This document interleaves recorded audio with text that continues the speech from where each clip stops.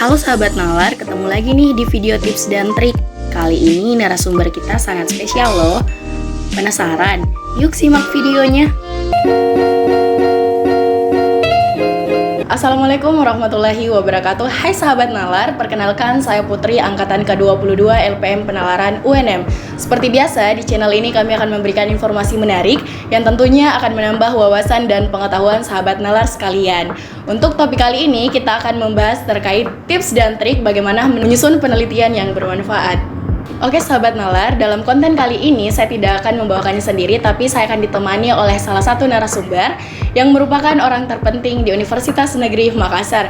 Beliau akan membagikan kepada kita tips dan trik bagaimana menyusun penelitian yang bermanfaat serta berbagi pengalaman dalam bidang penelitian. Pasti sahabat nalar sudah penasaran kan siapa yang akan menjadi narasumber kita kali ini?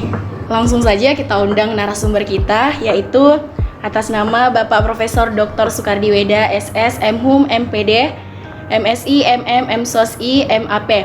Jadi pekerjaan beliau itu adalah Wakil Rektor Bidang Kemahasiswaan dan Alumni Universitas Negeri Makassar. Beliau juga pernah menjadi Wakil Dekan FBS UNM di tahun 2019, kemudian Ketua Prodi Sastra Inggris FBS UNM di tahun 2012 sampai 2019, serta Komisioner KPID Sulsel 2011-2016. Nah, pengalaman beliau tentunya banyak dalam bidang reviewer jurnal baik itu internasional maupun nasional. Pengalaman penelitian beliau beberapa kali memenangkan hibah penelitian dari Kemendikbudristek. Ya, selamat pagi Prof. Pagi. Ya, gimana nih Prof kabarnya di tengah baik. Pandemi yang tentunya harus melaksanakan kewajiban selaku Wakil Rektor 3 Universitas Negeri Makassar? Alhamdulillah, meskipun di era pandemi ini saya kira ya strateginya tetap ada, ya tetap kita jalan, dan kegiatan-kegiatan yang telah menjadi best practice selama ini tetap kita jalankan ya. Ya, namun ya di sisi lain ya tetap mematuhi protokol kesehatan, ya, memakai masker, kemudian juga menjaga jarak dan mencuci tangan. Iya, baik Prof. Ya, barangkali kita lanjut Prof ya untuk silakan. Pertanyaan pertama. Baik, dalam menentukan sebuah ide penelitian, kira-kira hal apa utama yang perlu diperhatikan Prof? Jadi memang untuk ya memperoleh ide dalam sebuah penelitian itu tentunya ya membaca referensi atau hasil penelitian orang atau fenomena atau kejadian-kejadian yang ada di masyarakat kita yang menjadi fenomena sosial yang hot, yang menarik, yang menjadi isu penting di masyarakat kita. Itu yang bisa dijadikan sebagai ide untuk merumuskan sebuah penelitian yang baik, yang bernilai jual tentunya. Ya, betul. Ya, untuk pertanyaan keduanya Prof, bagaimana menemukan ide penelitian yang tentunya tidak hanya sekedar penelitian tapi bisa bermanfaat kepada masyarakat secara langsung? Jadi intinya seperti yang saya katakan tadi, bahwa fenomena atau gejala yang ada di masyarakat kita itu ya bisa memunculkan ide sehingga sebagai seorang peneliti bisa melakukan atau merumuskan rumusan masalah atau mengidentifikasi masalah sehingga nantinya bisa dijadikan penelitian yang penelitian ini akan dipublikasi sehingga bisa dikonsumsi oleh masyarakat luas, bukan hanya di masyarakat kita di mana masyarakat kita teliti itu, tetapi juga ya cakupannya bisa saja di seluruh Indonesia atau bahkan di seluruh dunia bisa dimanfaatkan penelitian itu. Kalau memang dari awal dirancang dengan baik, tentu ya mengikuti kaidah-kaidah penelitian yang baik gitu ya, atau yang diterima. Iya, jadi harus memenuhi kaidah-kaidah penulisan. Ya betul, ya. Iya. Jadi aturan-aturan yang telah ditetapkan dalam merancang penelitian yang baik. Oke, jadi menurut Prof sendiri kan sesuai dengan topik yang kami angkat itu tips dan trik menyusun penelitian yang bermanfaat. Jadi kira-kira Prof ada saran nggak sih bagaimana tips menyusun penelitian yang bermanfaat itu? Jadi ya tentu diawali dengan memahami metode penelitian. Jadi ketika misalnya seseorang ingin melakukan penelitian, tentu harus tahu dulu apa metode penelitian itu. Ini kan metode penelitian ada dua ranahnya, atau ada dua pendekatan, ada dua metode, ada juga mengatakan ada dua paradigma, yaitu ada pendekatan kuantitatif atau metode kuantitatif, kemudian di sisi lain ada metode kualitatif. Apakah bisa digabung ini? Ya bisa-bisa saja. Nah, bisa kita katakan mixed method. Jadi gabungan antara kuantitatif kualitatif atau kualitatif kuantitatif, ya? Iya. Nah, itu bisa saja. Oh, jadi kita harus paham dulu terkait paradigma penelitian itu dari paradigmanya atau pendekatannya atau metodenya atau caranya. Itu yang utama dulu. Karena ya apakah dia lari ke kuantitatif atau lari ke kualitatif itu harus dipahami. Nah, kalau tidak ya ngawur nanti hasilnya. Iya. Begitu ya. Ya, menurut Prof, apakah ada penelitian yang selama ini dilakukan oleh orang-orang justru tidak memberikan manfaat? Oh banyak, jadi banyak penelitian ya, yang setelah peneliti melakukan penelitian, susah payah memperoleh data, informasi, kemudian dianalisis. Nah setelah itu disimpan di lemari atau di perpustakaan, di lemari ya, atau di laci. Nah seharusnya penelitian ini, hasil penelitian ini dipublikasi. Jangan hanya dibuat lalu disimpan di lemari, tapi harus dipublish. Jadi ujung dari penelitian itu adalah dipublikasi. Jadi kita publikasi di baik jurnal internasional perikutasi, international journal, apalagi kalau dia tindas Scopus atau WOS, Web of Science, minimal jurnal nasional, apalagi kalau di terindeks Sinta. Jadi ujungnya di sana. Sehingga ya para akademisi atau para cendekiawan atau siapa saja di seluruh dunia ini bisa mengakses hasil penelitian itu tadi. Jadi bisa memberikan manfaat yang luar biasa kepada kemaslahatan umat di permukaan bumi ini, gitu ya. Tapi kalau disimpan begitu saja itu tidak ada manfaatnya, hanya dikonsumsi sendiri, gitu ya. Tapi kalau dipublish itu dikonsumsi banyak orang. Minimal dicetak, kemudian disimpan di perpustakaan, gitu ya. Nah, apalagi sekarang ini kan bisa dimasukkan di EPRI-nya UNM, dimasukkan di ResearchGate, dimasukkan di Google Jadi ada banyak aplikasi yang bisa dimasukkan tulisan kita itu sehingga bisa diakses oleh orang seluruh dunia. Nah, ketika orang mengakses itu, siapa yang diuntungkan? Indonesia diuntungkan sebagai negara di mana kita berada, penulis diuntungkan, reputasinya semakin meningkat, gitu ya. Karena indeks kita itu semakin naik. Nah, seperti dia. Jadi jangan hanya selesai laporan itu disimpan di lemari, di laci, tetapi harus dipublish. Ya. Jadi intinya kita harus mempublikasikan hasil penelitian kita ya. Itu wajib bagi seorang dosen, apalagi sebagai guru besar ya, sebagai profesor itu wajib itu. Tidak boleh tidak, namanya wajib itu kalau ya tidak dikerjakan berdosa, gitu ya. Baik, kalau tidak dikerjakan tidak apa-apa ya. Tapi betul. Sebagai seorang cendekiawan, sebagai seorang dosen, akademisi, apalagi guru besar, itu harus wajib itu. Ya, Prof, untuk pertanyaan selanjutnya, kalau Prof sendiri bagaimana dalam meneliti, Prof? Apa yang kemudian memotivasi Prof untuk melakukan penelitian? Jadi yang memotivasi seseorang ya, saya kira saya juga pribadi adalah penelitian ini kan ada rasa ingin tahu. Mengapa orang melakukan penelitian? Karena ada gap. Nah, kalau kita belajar metode itu ada kenapa penelitian ini muncul? Karena ada gap. Gap itu adalah kesenjangan antara dasen dan desolen, harapan dan kenyataan. Harapan kita bagus, tapi kenyataannya jelek. Harapan kita pendidikan di negeri ini bagus, tapi kenyataannya rendah. Kan begitu ya? Iya, betul. Maka itulah yang memotivasi seseorang atau seorang peneliti atau saya pribadi untuk melakukan penelitian. Sehingga ke depan mutu atau kualitas pendidikan kita bisa sama dengan ya negara-negara tetangga, Singapura, Malaysia, Thailand dan lain sebagainya. Itu ya. Jadi intinya di situ ada gap, ada kesenjangan antara harapan kita mutunya baik dengan kenyataan. Ya. Nah itu. Lalu ya berikutnya tentunya adalah kita ingin memberikan solusi kepada masyarakat kita sehingga nanti masalah-masalah yang ada ini yang muncul ini bisa dijadikan solusi, ada jalan keluar. Iya, betul. Sehingga ya masyarakat kita nantinya akan ya memperoleh kesejahteraan dari hasil penelitian itu. Makanya di Jepang itu ya 75% ya dana di perguruan tinggi itu ya itu digunakan dialokasikan untuk untuk penelitian.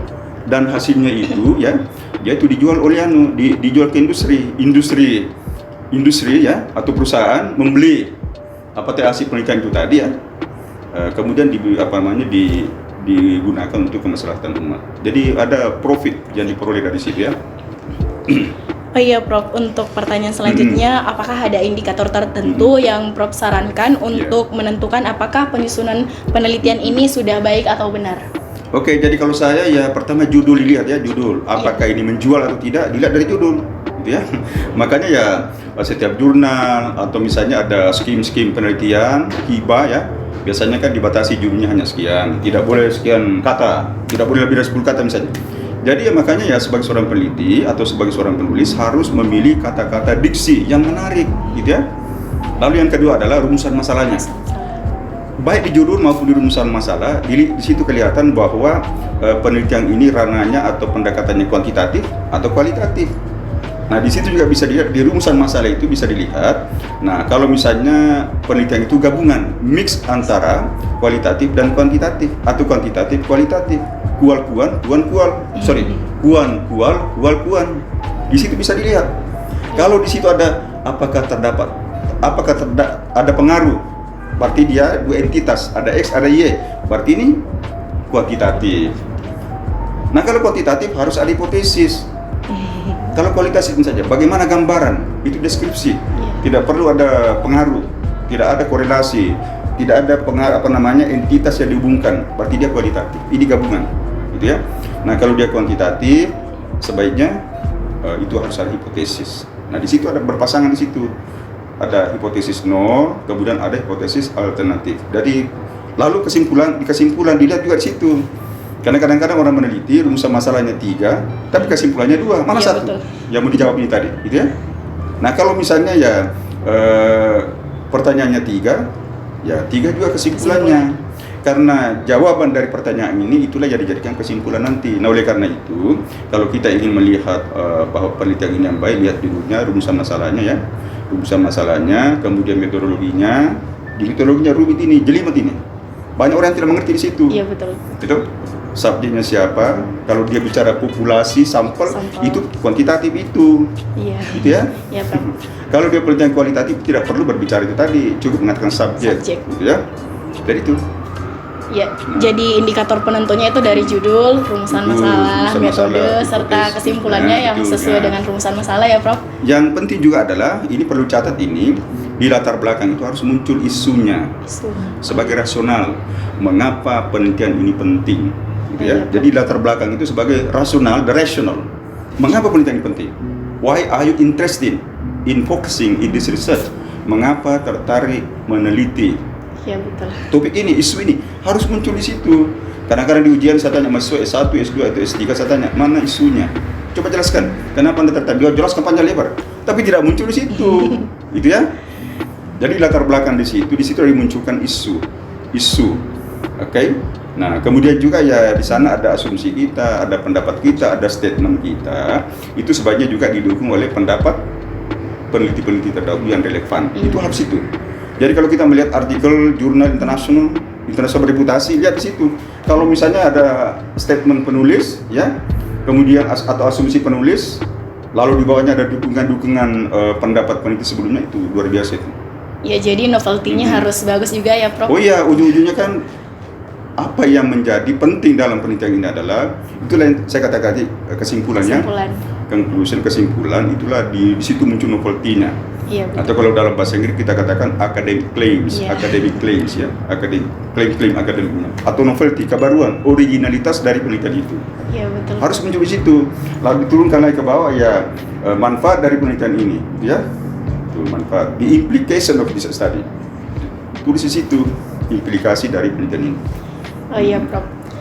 Selanjutnya barangkali kami ingin sharing, ingin mengetahui bagaimana sih pengalaman Prof selama meneliti sebelumnya, Prof. Barangkali Prof punya cerita selama meneliti, pernah entah itu pernah gagal atau pernah membuat nama Prof naik begitu karena penelitian. Oh iya betul ya. Saya kira sebagai seorang dosen ya, apalagi seorang guru besar, memang meneliti ini adalah tugas utama kita. Karena sebagai akademisi kan tridharma itu adalah tugas pokok kita ya. Tridharma itu pendidikan dan pengajaran, yang kedua adalah penelitian, berikutnya adalah pengabdian kepada masyarakat. Nah, oleh karena itu ya memang dalam penelitian adalah tugas utama dosen gitu ya. Apalagi misalnya ya kalau penelitian itu skim yang kita menangkan itu dari kementerian gitu ya. Nah itu yang perlu diapresiasi itu ya, karena ya nominalnya besar, kemudian kita bersaing begitu seluruh Indonesia ya. Lalu kita menangkan itu ya, itu luar biasa prestasi. Itu membuat kita sebagai seorang akademisi atau dosen reputasinya semakin baik gitu ya. Apalagi kalau itu dipublish. Nah alhamdulillah ya beberapa waktu yang lalu ya saya beberapa kali mendapatkan itu ya, yang hibah dari DPR 2M atau dari kementerian. Luar biasa sekali. Jadi kalau misalnya saya mengajar tentang metodologi wajar karena saya pernah dapat hibah itu beberapa kali gitu ya. Kalau misalnya saya bicara tentang publikasi menulis, saya juga managing editor atau review di sejumlah ya jurnal-jurnal internasional gitu ya. Dan reputasi itu ya terindes Scopus ya, bukan yang karena kadang-kadang ada predatory jurnal predator atau abal-abal. Alhamdulillah ya saya dipercayakan sebagai managing editor di sejumlah dan reviewer di sejumlah jurnal yang ada di penjuru dunia gitu ya. Apalagi yang lokal banyak sekali. Kalau dalam negeri saya kira tidak terhitung ya, karena banyak yang meminta sebagai reviewer, editor ya. Saya ya silakan saja. Dari di mana-mana nama saya itu ya. Tapi alhamdulillah UNM juga ikut di dalamnya. Bahkan ya bulan Januari yang lalu di salah satu jurnal di Eropa, yaitu di Slovakia, itu ada foto saya di situ. Wah. Jadi saya diberikan penghargaan sebagai yang menyeleksi semua artikel yang masuk, termasuk juga bulan Juni yang lalu, bulan April yang lalu ya 2021, saya juga ada sekitar 140-an artikel yang saya review. Nah, hanya saya luluskan 8 ya dari seluruh dunia itu ya, dari seluruh dunia. Alhamdulillah yang saya diberi apresiasi, foto saya itu muncul di covernya itu. Nah, itu sebuah apresiasi. Dan itu reputasi kita luar biasa itu ya. Apalagi muncul dalamnya Sukardiweda UNM Indonesia. Jadi bukan hanya UNM-nya diri saya, tapi juga UNM dan Indonesia yang dikenal di luar kan begitu ya. Ya betul. Makanya adik-adik saya berharap juga seperti itu. Ya luar biasa sekali ya Prof pengalamannya. Baik, alhamdulillah. Ya barangkali closing statement Prof Oke, untuk siap. kami barangkali sebagai generasi penerus yang tentunya bisa seperti Prof pengalamannya. Dari closing statement saya buat adik-adik semua, belajar yang giat Ya. sehingga sukses menunggu adik-adik sekalian. Ya, Demikian, wassalamualaikum warahmatullahi wabarakatuh. Ya, nah itulah tadi terkait bincang kita dengan Bapak Profesor Dr. Sukardiweda. Terima kasih Prof telah Siap. membersamai kami kali ini dalam pengisian konten kami di tips dan trik menyusun penelitian yang bermanfaat. Semoga sehat selalu Prof. Siap. Dan sekali lagi kami ucapkan terima kasih. Sama-sama. Bagaimana sahabat nalar? Apakah sahabat nalar sudah tahu terkait tips dan trik menyusun penelitian yang bermanfaat? Silakan jawab di kolom komentar. Jangan lupa like, share, dan subscribe channel YouTube LPM Penalaran UNM. Sampai jumpa.